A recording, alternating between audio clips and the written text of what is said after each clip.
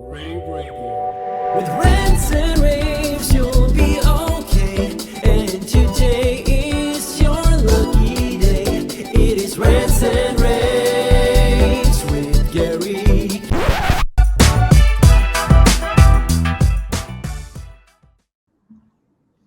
Hey everyone, welcome to this episode of Rants and Raves. My name's Steph Beckett, and in our pre-InfoComm 2025 series, we've been kind of talking about some sessions that are happening at InfoComm, also some companies that you need to be paying attention to at InfoComm. And joining me for this episode is Humley's Anders Carlson. First of all, how are you? Doing good. Looking forward to the show, but still a couple of weeks out, so good so Yep. far. We are in crunch time, that is for sure. Yeah. So first of all, tell me a little bit about Humley.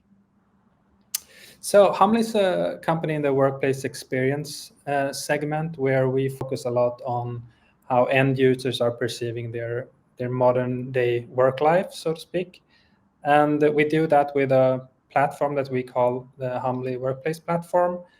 And through that, we offer a lot of different services like finding a colleague, finding a parking space, booking a desk, also booking rooms and more traditional things. And what's maybe is a little bit unique about Humly is that we kind of do the end-to-end delivery from both the hardware and the software and the connected services, which means it's a one-stop shop for our customers. Yeah, I know that your hardware is really, really popular. People know you guys for your hardware, but I love that you mentioned the Humley Workplace platform, your software as well. Do you want to talk a little bit about how you integrate with the systems that your customers already have and are already using? Yeah, so for us, it's kind of important to leverage what the customers are already using. We're kind of a platform you add on top of your regular systems. And our whole kind of value proposition is to add that extra value, putting our system together with maybe Microsoft 365 or Google Workplace to get that to become even more valuable to the customers. And, our strongest partnerships are with Microsoft and Google, of course, but we also integrate with other systems as well. And for customers that read something really specific, we also have an open API, so you can more or less integrate with any third-party system. So that's awesome.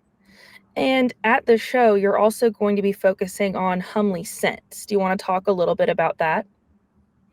Yeah, I think this is, while talking about the integration, I think this is one of the more interesting releases we have done since we released the open API.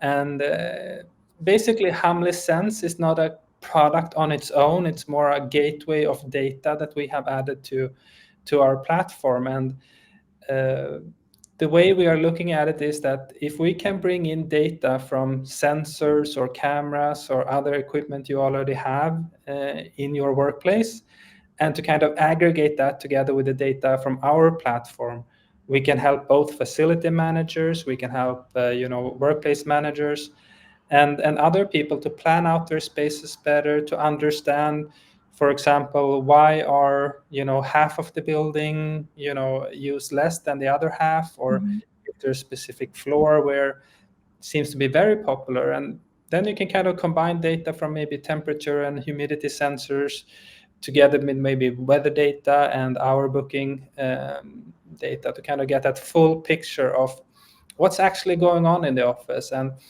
where do booked spaces actually end up being used. Because we also know that if you book a desk, for example, unless you actually measure that someone is there, you don't really know what is the actual utilization. So that's what we try to do with Humley Sense. And like I said, the idea is to bring in the data from the sensor and the data providers that the customer is already using. This is really interesting because recently in AV, I feel like a lot of people have been discussing, should building management be a part of AV? And I feel like you're essentially answering that with this product. Yeah, and I think what's kind of happening, and I think it's if you take the kind of building management and the facility side of things together with the IT and the AV, I think it's a very strong trend of seeing how we can merge this and bring the value out from all of these different segments. So they shouldn't be siloed. And what we're trying to do is to kind of help bringing the data that's already exists together and make it into a kind of intelligence platform rather than just specific for the workplace, for example, or specific for facility. So I like that you mentioned that as well, because this data is already essentially being grabbed from this room. It's just that like no one's doing anything with it. So I like that you guys are pulling it, putting it all into one place. So finally the AV and IT teams and the building management teams, facilities teams, they can finally do something with all of this data. yeah, and I think what's really exciting for us in all of this is that we have already kind of pre-cooked some templates of things you can do with this data to kind of, for example, have spaces that are unbookable but kind of get alerted when they're actually being used and so on, or showing that it's red, through our devices on the outside, and showing temperature and things like that. But I think that's just scratching the surface at the moment. I'm really excited about also what our system integrators are going to do with all of this capabilities and what kind of data we will bring into the system. I'm really excited about that. Yeah, the sky's kind of the limit. What in your like perfect world, what would be like the perfect use of this data? What would be the perfect thing that someone can do with it? Yeah, I think this is a really good question because, I have some ideas, and our end customers may have other ones. But I think if you can actually make use of the data you already have, and I think for example, if you're a growing company and you're thinking about should I take the next step, or should I take one more floor or even change a whole new building, I rather want to do that decision based on the actual data. Because if I just look at my M365 data, for example, I might see that it's booked to 70%, and we kind of have a target value of 65, so it's a little bit overbooked. But if you combine that with actual sensor data, you might see that okay, yeah, it's booked, but it seems like actual utilization is less than 55, so we can probably stay with this building for one more year. Mm-hmm. And try to work on optimizing the popular spaces and look at it from that perspective. And that's where we can create huge end customer value in a very cost efficient way, I would say. Yeah. And we haven't even talked on like sustainability, on like, that we were spending all of this money keeping all of this stuff on in this room. And if no one's using it, think of like all of the data that can be pulled so they can be like, okay, well, if no one's using this room, we can turn all of this technology off most of the time. So there are a lot, like the cost savings go toward like the energy savings as well.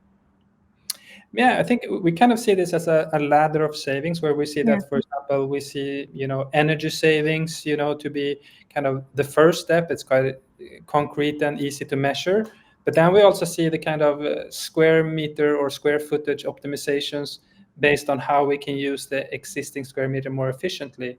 But where the real big win is to actually optimize the days for people working there. So you don't really need to think about how is this place booked or not, or where should I go into to this room where you have bad ventilation, or do I have better options, for example.